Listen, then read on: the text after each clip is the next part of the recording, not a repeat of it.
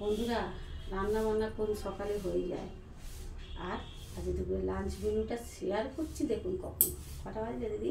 3:14 দুপুর 3:14। রান্না কোন সকালে হয়ে গেছে। শুধু তো রান্না করলেই হয় না বন্ধুরা, সংসারে আরও আদার্স কাজ থাকে, সেগুলোও সারতে হয়। তার মধ্যে পুজো ছিল, পুজো করে উঠে এলাম। আপনাদের আজকে দুপুরে লাঞ্চ মেনুটা শেয়ার করব। তো চলুন, আজকে একটা নতুন ধরনের ইলিশ মাছের তরকারি বানিয়েছি, চলুন শেয়ার করবো। প্রথমে এই যে হাঁড়িতে ভাতটা, আজকের ভাতটা খুবই অল্প, সাদা ভাত আর হালকা গরম ভাতটাই তো সবার আগে বসাই।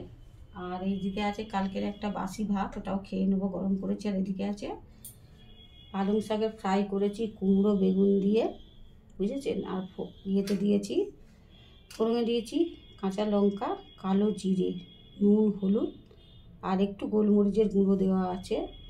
আর ইলিশ মাছের একটু তেল ছিল, ওটা দিয়েছি। আর একটু কানকো ছিল, ওটা দিয়ে পালং শাকের ফ্রাইটা হয়েছে। আর কি বলতে পারলাম জানি না, মনে থাকছে না।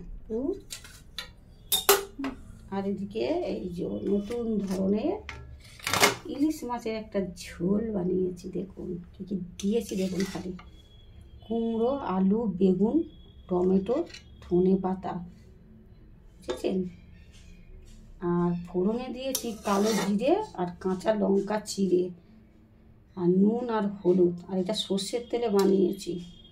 আর উপর দিয়ে কাঁচা সর্ষের তেল ছড়িয়ে দিয়েছি। এর মধ্যে আরও অনেক কিছু দেওয়া যায় বন্ধুরা, ঝিঙে দেওয়া যায়, লাউ দেওয়া যায়। নতুন ধরনের একটা ইলিশ মাছের ঝোল।